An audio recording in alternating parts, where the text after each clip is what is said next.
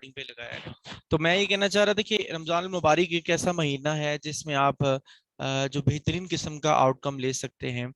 और जैसा कि मैंने आपको बताया पहले कि मैं भी अपनी प्रिपरेशन ही जो है ना वो रमजान मुबारक के माह में स्टार्ट की थी, आज से 3 साल पहले।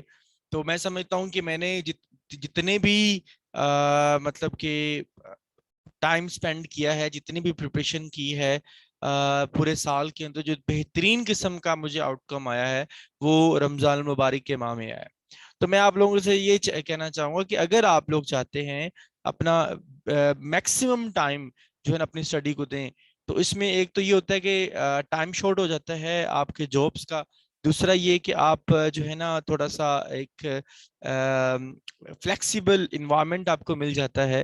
तो मैं समझता हूँ कि बेहतरीन किस्म का इन्वायरमेंट हासिल करने के लिए आप रमज़ान मुबारक से बेहतरीन कोई महीना नहीं है। जैसे कि आप जान अल्हम्दुलिल्लाह कि हम मुसलमान होते हुए इस बात को समझते हैं कि रहमतों का महीना है। तो मैं ये भी समझता हूँ कि अगर आप इन रहमतों के महीनों में इस महीने के अंदर आप अगर अपनी एफर्ट्स को अपनी स्टडी के साथ, अल्लाह ताला के साथ साथ अपनी स्टडी को भी इंटरलिंक रखें, तो आप मैक्सिमम 15 से 16 घंटे इजीली स्टडी को दे सकते हैं। ठीक है, मेरी आवाज ही आ रही है आप, लेकिन आपकी तरफ से नाजिया प्रॉब्लम है, आप अपनी तरफ से कोई प्रॉब्लम ठीक करें। जी, स्लाइड्स और आवाज आ रही है, स्लाइड्स शेयर है, आवाज आ रही है? जी ठीक है। अच्छा जी, आगे हम चलते हैं जी, हमारे पास सेशन स्टार्ट हो रहे हैं। मैं आपको बताता जाऊं कि हमने ना 30 डेज का सेशन रखा है रमजान मुबारक के अंदर। वो इंग्लिश ग्रामर, इंग्लिश एसे का एक अलहदा सेशन है। बाकी जो कंपल्सरी सब्जेक्ट्स हैं डिफरेंट कैटेगरीज के साथ अलग रखे हुए हैं। और इसी तरह हम ऑप्शनल सब्जेक्ट स्टार्ट करें।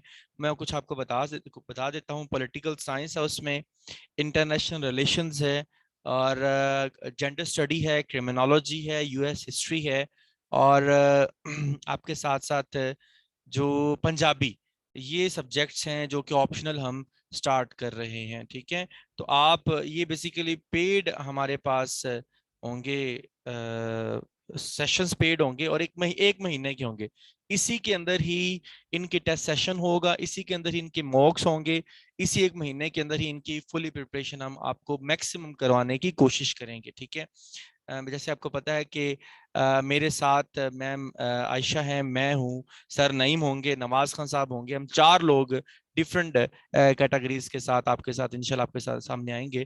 तो जी जी, पॉलिटिकल साइंस और जियोग्राफिया नहीं है, पॉलिटिकल साइंस है। ठीक है, जियोग्राफिया के अभी अगर फॉर एग्जांपल मैं आपको बताऊंगा अगर हमारे सेशन को स्टार्ट हुए तो। ठीक है, अच्छा जी, इस सबसे पहले जी हमारा जी आज का टॉपिक है जी द रीजनल कॉपरेशंस। आज का बड़ा इंपॉर्टेंट टॉपिक आपसे कल कहा गया था, क्लास के अंदर शेयर किया गया था कि जी इसके ऊपर अपने नोट्स बनाएं। तो आप में से काफी लोगों ने क्या किया जी, आप में से काफी लोगों ने जो इसकी बेसिक्स हैं उनके ऊपर नोट्स बना के शेयर किए हैं। इनके मेंबर्स जो है स्टेट्स कौन कौन से हैं, इनकी ओरिजिनेशंस कब हुई, कहाँ पे इनका हेड ऑफिस है, इसके मतलब इस तरीके से डिफरेंट आप लोगों ने डिफरेंट डिफरेंट अचीवमेंट्स की। काफी लोगों ने मुझे अपना काम सबमिट करवाया, लेकिन जिन्होंने नहीं करवाया उनका अल्लाह हाफिज है। अच्छा जी, इससे पहले मैं आपको थोड़ा सा जी अपने एवेल्युएशन ग्रुप वाले जो मेंबर्स हैं अपने रोल नंबर के थ्रू अटेंडेंस दें। अ, शाबाश, जल्दी करें जी। जी ठीक, बोलें बोलें, शाबाश। 232।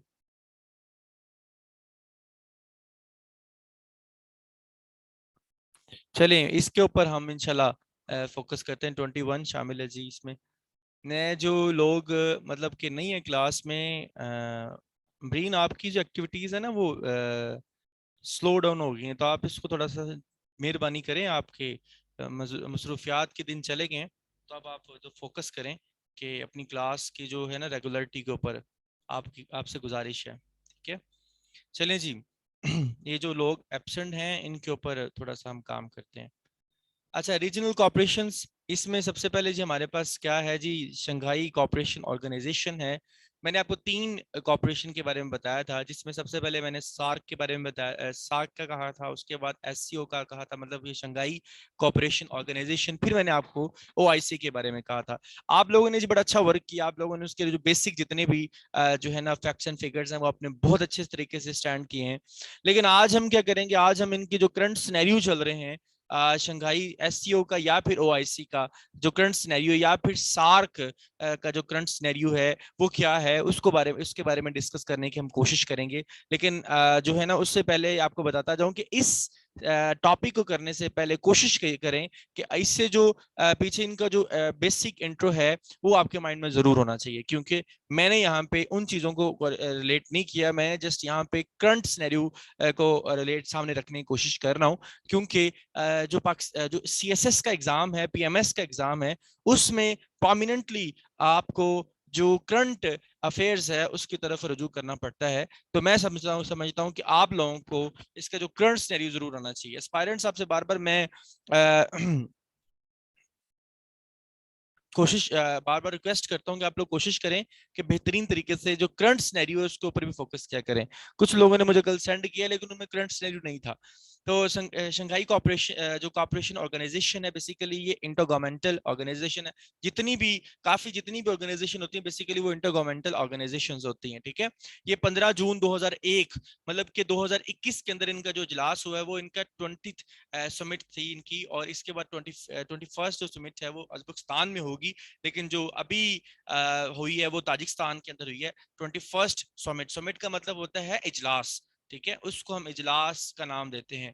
बेसिकली शंघाई कोऑपरेशन ऑर्गेनाइजेशन एक ऐसी ऑर्गेनाइजेशन है जिसमें सबसे बड़ा हाथ ताजिकिस्तान का है, ठीक है। ताजिकिस्तान के जो लोग हैं, ताजिकिस्तान के जो गवर्नर्स हैं, बेसिकली उनका हाथ इसके पीछे बड़ा मतलब प्रोमिनेंटली है इस तंजीम को बनाने में, इस ऑर्गेनाइजेशन को बनाने में। फिर उसके बाद चाइना, पाकिस्तान, इंडिया, अफगानिस्तान जैसे कि अब इसका ऑब्जर्वर है, इसी तरह कई और ममालिक हैं जो इस ऑर्गेनाइजेशन का हिस्सा हैं। तो बेसिकली इसके अंदर क्या चीजें हम डिस्कस करेंगे। बेसिकली जितनी भी ऑर्गेनाइजेशन है ना, एक बात याद रखिएगा, उनका काम होता है 3 से 4, आप जहां भी देखेंगे बेसिकली वो क्या कर रहे होते हैं, ये वो आपके पॉलिटिकल, सोशल और जो इकोनॉमिकल और जो आपके डिप्लोमेटिक मतलब के इंसर्जेंस होते हैं उनके ऊपर काम करने की कोशिश करते हैं, उनको प्रमोट करते हैं, ठीक है। फ्री ट्रेड की तरफ लेके चलते हैं। जो अंडर डेवलप या डेवलपिंग कंट्रीज है उनको बेहतरीन जो है ना फैसिलिटीज करने की कोशिश करते हैं। पीपल टू पीपल इंटरेक्ट करने की कोशिश कर रहे होते हैं। जैसा कि आप पीछे जानते हैं कि यूरोपियन यूनियन है, इनमें से काफी ममालिक ऐसे हैं जिनमें वीजा नहीं लेना पड़ता। विदाउट वीजा आप एक मुल्क से दूसरे मुल्क जा सकते हैं। विदा आप हता कि आप एक टैक्सी के जरिए अपनी कार, पर्सनल कार के थ्रू भी एक मुल्क से दूसरे मुल्क आसानी जा सकते हैं। ये यूरोपियन यूनियन के कुछ या इसके अलावा कुछ और जो ऑर्गेनाइजेशन है उनका एक बहुत बड़ा ऑब्जेक्टिव है। इसको देखिए ना, जब लोग एक दूसरे मुल्कों में जा सकते हैं तो उनकी करेंसी, उनकी डिस्कशन, उनकी जो इन्वेस्टमेंट्स हैं, फॉरेन इन्वेस्टर्स होते हैं वो इजीली अपनी इन्वेस्टमेंट कर सकते हैं, जिनसे उनकी करेंसी बढ़ सकती है, लोगों के अंदर इत्मीनान बढ़ता है, सिक्योरिटी अलायंस उनको प्रोवाइड किए जाते हैं। इसी तरह ऑर्गेनाइजेशन का बेसिकली टास्क यही होता है। लेकिन अभी जैसे कि आपको पता है कि इंडिया का तो वीजा लेना पाकिस्तान से बड़ा मुश्किल हो जाता है। इसी तरह अगर Bangladesh, China, Russia, Tajikistan, Uzbekistan इन सब की बात करें तो कभी कोई भी फ्री डोर मतलब कि ट्रैवल नहीं होता, बल्कि इनके लिए एक पूरा प्रॉपरली चैनल बनाया हुआ है जो कि due to the some security issues की वजह से है। तो जो जितनी भी ऑर्गेनाइजेशन है उनका जो बेसिक पर्पस है वो ये है कि जो सोशलिज्म है, जो लोगों की लाइफ है उनको बेहतर से बेहतर बनाया जा सके, ठीक है। उसके लिए जितने भी उसके डेवलपमेंट प्रोसेस हैं उनको प्रोसीड किया जाए, उनको एक्सेलरेट किया जाए और इस लेवल पर लेके जाया जाए कि तमाम जो इंटर गवर्नमेंटल मतलब कि लोग हैं, इंटर गवर्नमेंटल ऑर्गेनाइजेशंस हैं, वो इस चीज को प्रमोट करें कि जो डिफरेंट कंट्रीज, डिफरेंट नेशंस हैं वो अपने साथ इस तरह से कोरिलेट हो जाएं कि वो अपने आप को दूसरे मुल्क के ऊपर इस तरह एतमाद बना लें कि उनकी जो है प्रमोशंस बेहतर से बेहतर हो बाकी कंट्रीज के साथ। तो बेसिकली ये जो मैंने बता रहा हूँ कि इसके जो पार्टनर्स हैं, बेसिकली ये दो शंघाई के अंदर, चाइना के अंदर इसको मतलब के अनाउंस किया गया था। काजाकिस्तान शामिल है, चाइना जो है ना कागिज रिपब्लिक भी शामिल है, रशिया भी शामिल है, ताजिकिस्तान, उज्बेकिस्तान, और इसके अलावा जो इसके जो बेसिकली 5 मैकेनिज्म कौन कौन से हैं वो आपको बता। अब 2015 के अंदर इंडिया और 2016 में पाकिस्तान इसका हिस्सा भी बने हैं। तो ये आपको इसके बात का आइडिया होना चाहिए, और साथ में कोशिश किया करें नोट्स लिखा करें, ठीक है, साथ साथ आप। अच्छा जी, Shanghai cooperation organisation charter was signed during the ST Petersburg Shanghai cooperation organisation heads of state meeting in the June 2002 के अंदर इसका जो चार्टर है वो साइन किया गया। चार्टर कहते हैं किसी भी एक ऐसे टास्क जो कि एक ऑर्गेनाइजेशन को दिए जाते हैं कंप्लीट करने के लिए, या फिर जिन पिलर्स के ऊपर, जिन अजम्पशंस के ऊपर वो ऑर्गेनाइजेशन काम कर रही होती है, बेसिकली उसको उसका चार्टर का नाम दिया जाता है जी। अच्छा जी, इसको फिर इन्फोर्स किया गया, इसको फोर्स किया गया 19 सितंबर 2003 के अंदर। तो बेसिकली ये फंडामेंटल स्टेशनरी डॉक्यूमेंट है जिसके जरिए organisation goals, principle as well as structure and code activities के ऊपर प्रोसीड करते हैं जी। इसके बाद जी बॉडीज कौन कौन सी हैं इसकी जी। इसकी बॉडीज में शामिल है organisation as 2 permanent bodies, basically इसके दो हैं। एक सेक्रेटेरिएट बेस्ड इन बीजिंग के अंदर है, और दूसरी क्या है, executive committee of the regional anti terrorist structures. अब ये दूसरा पॉइंट मैं इसलिए आपको फोकस करवाना चाहता हूं, एग्जीक्यूटिव या executive committee of the regional anti terrorist structure को इस तरह मैं फोकस करवाना इसलिए चाह रहा हूं क्योंकि अब जो 2020 समिट हुई है एससीओ की, जो कि ताजिकिस्तान के अंदर हुई है, बेसिकली उसका जो बेसिक पर्पस है वो ये है कि जो अफगानिस्तान के अंदर विदड्रॉ हुआ है नेटो की फोर्सेस का और यूएस की फोर्सेस का, तो उन ट्रूप्स का विदड्रॉ होने के बाद जो सिक्योरिटी मामलात हैं अफगानिस्तान के अंदर, उसके बारे में डिफरेंट कंट्रीज की हेल्प लेके उसको स्टेबलाइज करने की कोशिश की जाए। बेसिक पर्पस ये है, ठीक है। तो ये बात आप याद रखिएगा कि इसका जो बेसिक पर्पस वो ये, लेकिन जो ओआईसी की जो मतलब कि हुई है अभी समिट हुई है, उसका जो बेसिक पर्पस है वो भी इसमें कोरिलेट करने के साथ साथ जो उसका दूसरा बेसिक पर्पस है वो इस्लामोफोबिया है, जो कि यूनाइटेड नेशन ने रिसेंटली इस्लामोफोबिया को इस्लामीफोबिया के डे के नाम से एक दिन का नाम दिया है। डेफिनेटली आप में से कुछ लोग जानते होंगे कि कौन सा दिन इस्लामीफोबिया डे के नाम से जाना जा रहा है। जानते हैं जी, बता सकता है कोई आप में से?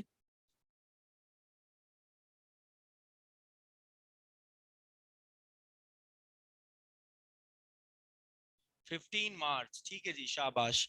15 मार्च, 15 मार्च डे ऑफ इस्लामीफोबिया के नाम से जाना जाता है। तो अच्छा जी, मैं इसके बारे में बता दूं थोड़ा सा और एससीओ के बारे में।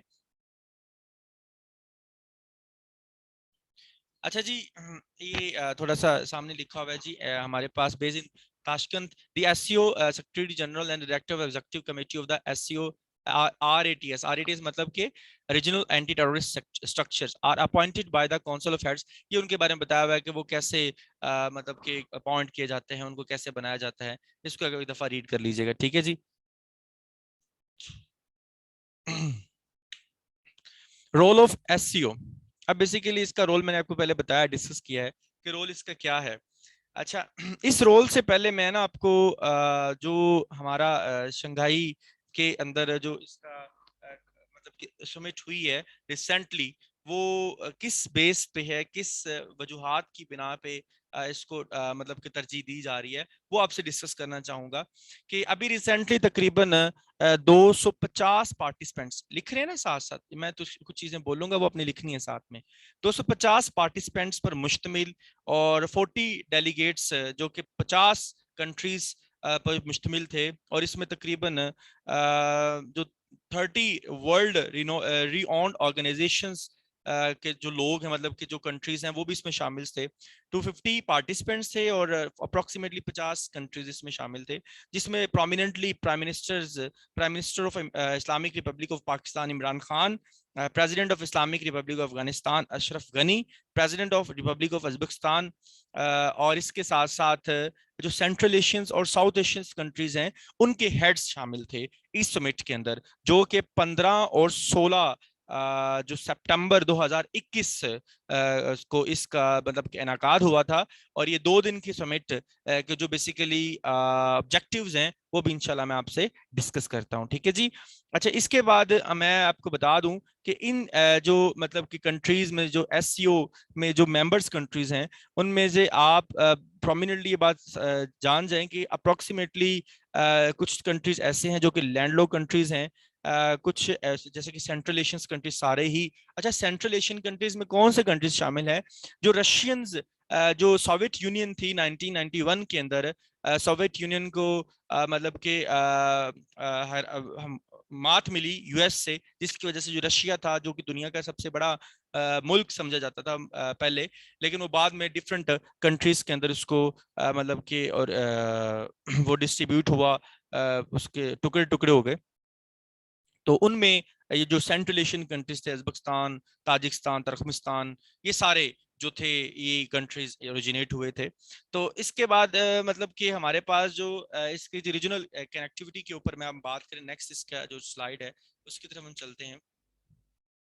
ये 2021 में सबमिट हुई है। ये सारी चीजें आप ना पीछे से पढ़ सकते हैं। बेसिक जो इन्फॉर्मेशन है ना वो आप इसकी कई बुक्स में दी है, लेकिन करंट सिनेरियो के ऊपर फोकस मैं इसलिए करवा रहा हूँ कि हमारा जो प्रोमिनेंटली क्वेश्चन आता है वो करंट सिनेरियो के ऊपर आता है, ठीक है। तो आप इनके ऊपर discuss. On September 17 the Shanghai cooperation Organisation held heads of state summit in the, ये आप याद रखिएगा सिटी का नाम भी आप जरूर याद रखिएगा। ताजिकिस्तान के एक शहर है जिसका नाम है दुशंबी।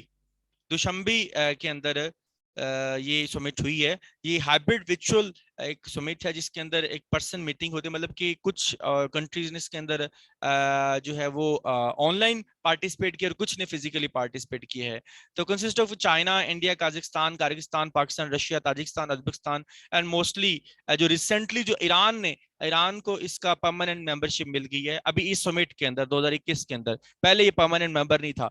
किसी भी ऑर्गेनाइजेशन का जो पार्टिसिपेंट है ना, पहले वो ऑब्जर्वर बनता है, ऑब्जर्वर के बाद वो परमानेंट मेंबर बनता है। तो पहले ये ईरान ऑब्जर्वर था, इस दफा अफगानिस्तान ऑब्जर्वर था ना। तो अब पहले ईरान ऑब्जर्वर था जो कि 2021 में परमानेंट मेंबर बन गया। अब जो है रिसेंटली वो अफगानिस्तान इसका ऑब्जर्वर है। और आने वाले कई दिनों में चंद दिनों के बाद जब जो पॉलिटिकली और जो सिक्योरिटी के लिहाज से जो अलायंस की वजूहात की बेस पे जब अफगानिस्तान के अंदर एक सस्टेनेबल इन्वायरमेंट आ जाएगा तो डेफिनेटली अफगानिस्तान को भी इसके परमानेंट मेंबरशिप मिल सकती है। तो बेसिकली इसके जो पीछे जो ऑब्जेक्टिव्स हैं इस समिट के पीछे मैंने आपको पहले पहले भी शेयर किए हैं। तो इस मतलब कि समिट में जो ऑब्जेक्टिव कुछ और चीजें भी डिस्कस हुई हैं जिसमें आपको मैं बता दूं कि कुछ इसके अंदर रीजनल कनेक्टिविटी के लिहाज से देख लो। नेक्स्ट स्लाइड है मेरी इसमें। हाँ जी, ये देखिए main objective of the summit 2021 में होने वाली 15 और 16 और सॉरी 15 और 16, 17 लिखा हुआ है, हाँ 16 और 17 सितंबर 2021 के अंदर जो समिट हुई उसके जो मेन ऑब्जेक्टिव हैं वो क्या है? सबसे पहले जी इसके रीजनल कनेक्टिविटी बेसिकली इसके अंदर ऑर्गेनाइज किया गया। इसको रीजनल कैबिनेट कनेक्टिविटी से मुराद है तमाम जो कंट्रीज थे वो बेसिकली जो हमारे मुल्क हैं उनके अंदर जो कनेक्टिविटी है वो मजीद स्ट्रॉन्ग हो सके, उनकी रीजनल कोऑपरेशन स्ट्रॉन्ग हो सके, वो आपस में कोरिलेट कर सकें डिफरेंट एस्पेक्ट्स के लिहाज से। तो बेसिकली जो दो इसके इश्यूज हैं वो ये थे कि एक तो रीजनल कनेक्टिविटी हो सके, दूसरा ये peace and stability in Afghanistan. ये दो इसके बेसिक एस्पेक्ट्स हैं, ठीक है। और इसमें जो शंघाई कोऑपरेशन ऑर्गेनाइजेशन में एक ऐसा प्लेटफॉर्म मुहैया कर रहा था जो कि इस ऐसे प्लेटफॉर्म है जो कि अफगानिस्तान के अंदर जो एक अमन की आशा के लिए कॉविशें हो रही थी डिफरेंट कंट्रीज की तरफ से, वो बहुत एक बड़ा प्रोमिनेंट वर्क था जो कि अभी तक किसी भी समिट के अंदर नहीं हुआ। अभी ओएससी में रिसेंटली अफगानिस्तान को एक मतलब कि प्रोमिनेशन मिली है on the defence of Ukraine and Russia war जो भी रिसेंटली चल रही है। इसके अलावा लिहाज से देखा जाए कि इन्होंने जो है ना एक रेलवे ट्रैक के रूट के ऊपर भी जो है ना वो वर्क किया, प्रोसीजन की, जिसे हम कहते हैं मज़ार शरीफ पेशावर और मज़ार शरीफ हेरात। ये दो मज़ार शरीफ पेशावर और मज़ार शरीफ जो हेरात है बेसिकली दो मतलब कि बिल्डिंग रूट्स बनाने की का विषय भी यहाँ से स्टार्ट हुई, ये इसका एक ऑब्जेक्टिव भी शामिल है। और दूसरा ये कि इन्होंने रेलवे ट्रैक के साथ साथ, इस रेलवे ट्रैक का फायदा क्या है, इसका फायदा ये है कि ये लिंक करता है नॉर्थ साउथ और ईस्ट वेस्ट जो रीजन्स हैं, जो उनको आपस में इंटरलिंक करता है, नॉर्थ और साउथ को और ईस्ट वेस्ट को, जो कि सेंट्रल एशियंस और साउथ एशियन कंट्रीज पर मुश्तमिल है। ठीक है, साउथ एशियन कंट्रीज में हम आते हैं, सेंट्रल एशियन कंट्रीज में the distorted part of the Russia आता है। ठीक है, ये बात भी है, जैसे ताजिकिस्तान, अफगानिस्तान वगैरह है। ठीक है, तुर्कमेनिस्तान वगैरह। अच्छा, इसके बाद जो इसका जो दूसरा ऑब्जेक्टिव है, पहला जी रेलवे ट्रैक का ऑब्जेक्टिव मैंने बताया, दूसरा ऑब्जेक्टिव मैंने आपको सस्टेनेबिलिटी इन्वायरमेंट इन अफगानिस्तान बताया। और जो रेलवे ट्रैक है वो रीजनल कनेक्टिविटी के अंदर आ रहा है। रीजनल कनेक्टिविटी के मैं कुछ और एग्जांपल्स देना चाहूंगा कि जो लैंड लॉक कंट्रीज हैं डेफिनेटली वो अप्रोच नहीं कर पाते जो कोस्ट लाइंस है, हमारे समुंदर जो समुद्री एरिया है, कि वो अपनी तजारत कर सके, इंपोर्ट एक्सपोर्ट का काम कर सके। तो इस समिट का मकसद ये भी था कि जो approach to the coastline of the Indian Ocean या फिर दूसरे बाकी अटलांटिक ओशन वगैरह जितने भी हैं, उन तक ये अप्रोच कर सके। मतलब लैंड लॉक कंट्रीज वो होते हैं जो कि चारों तरफ जमीन से घिरे हुए होते हैं। तो अफगानिस्तान, जितने भी सेंट्रल एशियन कंट्रीज है वो भी, और इसके बाद अगर देखा जाए बाकी चाइना तो नहीं, उसमें एक बे आती है, तो इस वजह से बाकी जो कंट्रीज हैं वो लैंड लॉक कंट्रीज के नाम से जाने जाते हैं। अच्छा जी, इसके साथ साथ अगर हम देखा जाए तो इमरान खान साहब ने इसके अंदर सी पैक का भी हवाला दिया और बताया कि जी सी पैक BRI जो बेल्ट एंड रोड इनिशिएटिव है उसका फ्लैगशिप प्रोजेक्ट है, और इससे तमाम कंट्रीज को बड़ा फायदा हो सकता है। इसके अंदर ये डिस्कशन भी हुई है जी। और इसके अंदर हम देखें तो जो रीजनल ट्रेड एंड इंफ्रास्ट्रक्चरल है डेवलपमेंट, उसके ऊपर बात हुई है। इसके ऊपर अफगानिस्तान के जो export potential implementation of energy projects like CASA Kasa, मतलब कि 100, जैसे कि नासा था इसी तरह कासा है, ये 1000 जो है वो, और इसके अलावा पाइपलाइन जो ट्रांसपोर्ट कॉरिडोर्स का नाम कर रही है, इसके ऊपर भी डिस्कशन हुई है। इसके अगर बात करें 2021 की SCO मीटिंग के अंदर जो चाइना और इंडिया के जो लाइन ऑफ एक्चुअल कंट्रोल के ऊपर डिस्कशन हुई है कि इसको प्रोमिनेंटली तौर पे हम वाज़ेह तौर पे इसको खत्म कर सकें, मतलब कि जो कॉन्फ्लिक्ट चाइना और इंडिया में है। और दूसरी तरफ अगर बात की जाए तो तकरीबन पाकिस्तान का उज्बेकिस्तान के साथ अप्रोक्सीमेटली $500 मिलियन का जो एक मतलब कई कई डील्स जो साइन हुई हैं पाकिस्तान के प्राइम मिनिस्टर इमरान खान साहब ने, और जो उज्बेकिस्तान के जो मतलब के जो मतलब के स्टेक होल्डर्स हैं, उनके दरमियान जो डील्स हुई हैं उनमें अप्रोक्सीमेटली $500 मिलियन की जो वर्थ के जो प्रोजेक्ट हैं उनके ऊपर काम करना शुरू किया। ये इस जो है ना रीजनल कनेक्टिविटी के अंदर जो करंटली सिनेरियो को मैं बता रहा हूँ। अच्छा जी, इसके अगर हम बात करें बेसिकली जो प्राइम मिनिस्टर इमरान खान साहब हैं और जो president of Republic of Afghanistan है या अशरफ गनी साहब, इन्होंने इल्जाम लगाया था अशरफ गनी साहब ने पाकिस्तान के ऊपर कि आप लोगों ने महाजरीन भेजे हैं हमारे मुल्क में, हमारे जो जिहादियंस को भेजा है अफगानिस्तान के अंदर। तो बेसिकली ये अफगानिस्तान का इल्जाम था, ये अक्यूज किया गया अफगानिस्तान की तरफ से पाकिस्तान को।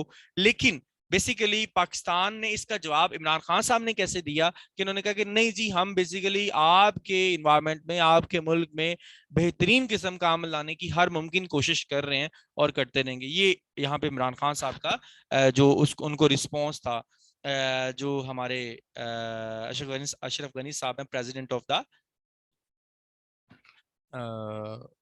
अफगानिस्तान। ठीक है, ये रीजनल कनेक्टिविटी के ऊपर बात हुई है।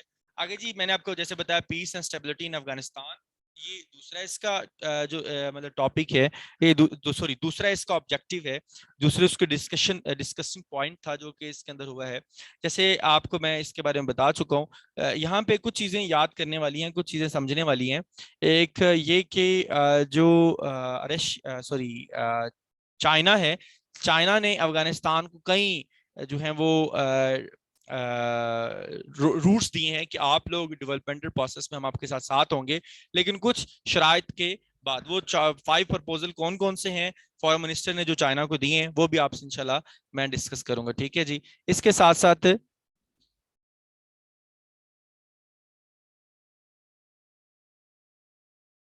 अच्छा जी ठीक है। अच्छा, इसके साथ साथ अगर हम बात करें एससीओ अफगानिस्तान कॉन्टैक्ट ग्रुप, यहाँ पे ना एक ज्वाइंट स्टेटमेंट दी गई है। उस ज्वाइंट स्टेटमेंट से क्या मुराद है? यहाँ पे पीस एंड स्टेबिलिटी अफगानिस्तान के बारे में तो पहले भी पढ़ चुके हैं।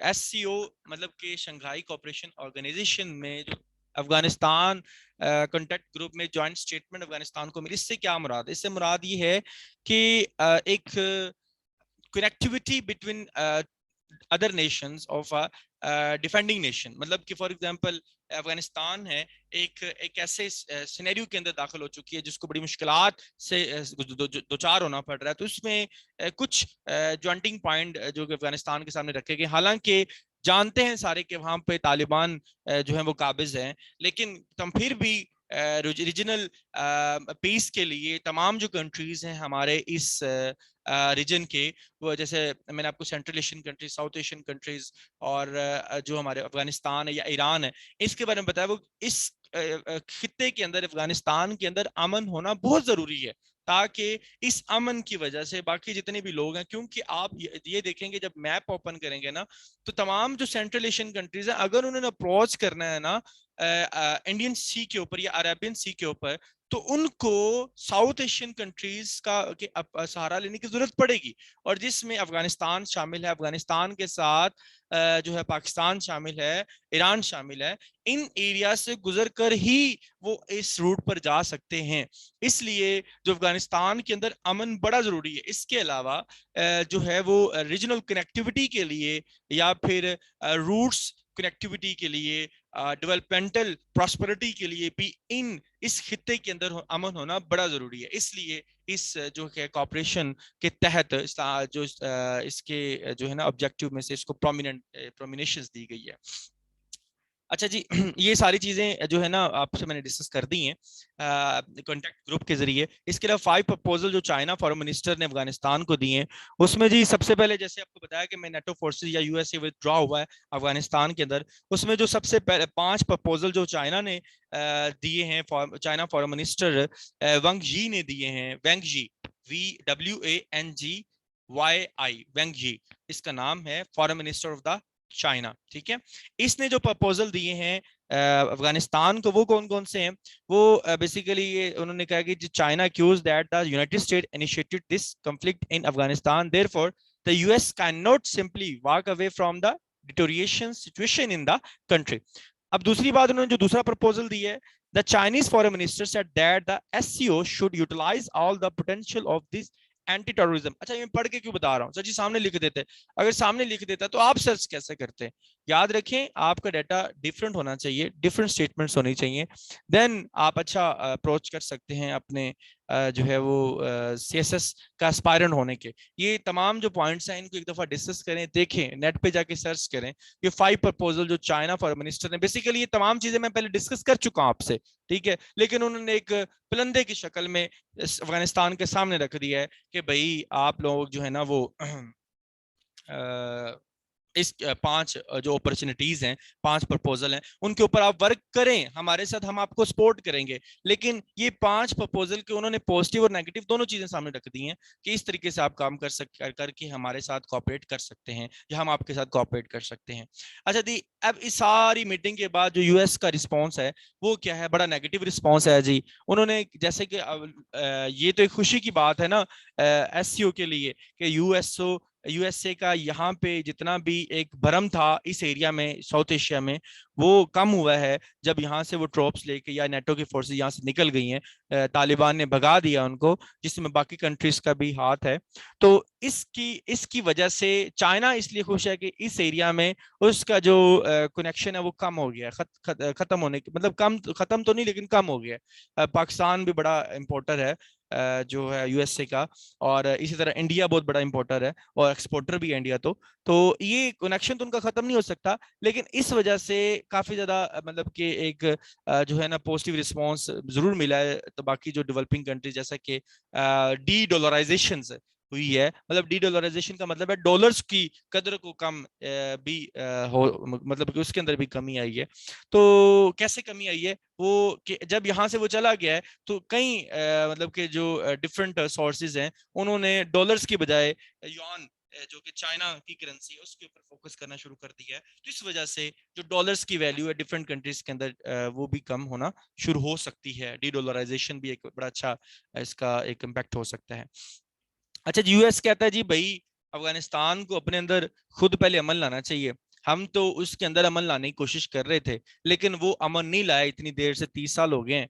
और वो मतलब अप्रोक्सीमेटली हाफ सेंचुरी हो गई है, 30 साल नहीं, हाफ सेंचुरी हो गई है, वो अमन नहीं ला सके, इसलिए हम उधर थे। और आप लोग हमें खुश हो रहे हैं हमें वहां से निकाल के, ये आप लोगों के लिए खतरे की घंटी है और ये खतरे का बायस बने गया। और उसने बड़ा अफसोस और नाराजगी का इजहार किया यूएस ने कि जो आप लोगों ने अफगानिस्तान के कंफ्लिक्ट को और यूएस के ट्रॉप्स को वहां से निकलने में, विदड्रॉ होने में इतने खुशी से बना रहे हैं, तो कल को अफगानिस्तान ही जो है वो इस खित्ते की तबाही की वजह बन सकता है। ये यूएसए का जो रिएक्शन था और ये उसका एक रिस्पॉन्स था। और इसमें जो मतलब कि वाशिंगटन और जो बीजिंग में एक कंफ्लिक्ट सामने आ रहा वो ये भी है कि जो आपको पता है कि बाइपोलर कंट्री होने को जा रहा है, बाइपोलर हो चुका है अप्रोक्सीमेटली। कि यूनिपोलर से मुराद होता है जब पूरे कंट्री के अंदर एक ही जो स्टेट होती है, एक ही नेशन होती है, एक ही कंट्री होता है जो कि पूरे जो मुल्क पूरी दुनिया में अपनी वहादनियत रखता है या सोवेजनिटी रखता है। लेकिन जब एक से ज्यादा कंट्री उस लेवल पर आ जाते हैं तो वो कंट्री बाइपोलर ट्राइपोलर हो सकता है। तो ऐसे कि अभी जानते हैं कि चाइना जो है उसकी जो मतलब कि इंपोर्ट एक्सपोर्ट है और यूएसए की इंपोर्ट एक्सपोर्ट है, या फिर जीएनपी या जीडीपी है, या फिर जो उसका मतलब कि एफ वाई फाइनेंशियल जो ईयर होता है, फाइनेंशियल ईयर, वो स्ट्रॉन्ग हो रहा होता जा रहा है। किससे? यूएस से। इस वजह से जो यूएस है उसको बड़े जो खतरात लायक हो रहे हैं। लेकिन फिर भी जो चाइना है उसको यूएस तक पहुंचने के लिए कई साल लग जाएंगे। तो ये मैं आपको बताना चाह रहा था कि आज का हमारा टॉपिक बेसिकली इस वजह से था, आप लोगों को आइडिया हो सके कि हमने चीजें कौन सी करनी है। आप लोग क्या करते हैं, आप लोग जी बेसिक चीजें स्टार्ट कर देते हैं। आप लोग वो तमाम जो चीजें जो खित्ते में स्टार्ट हुई होती हैं शुरू से शुरू हो जाते हैं जी, इसके आप सीएसएस करने बैठे हैं। आपको जरूर बेसिक नॉलेज होना चाहिए, लेकिन आपकी अप्रोच जो होनी चाहिए वो आपकी अप्रोच इस हद तक होनी चाहिए कि आपकी analytical views, analytical power strong होती जाए। ठीक है, आप इस तरीके से टॉपिक्स को किया करें कि आप, क्योंकि क्वेश्चंस कभी भी इस तरीके नहीं आ सकते डिफाइन सार्क।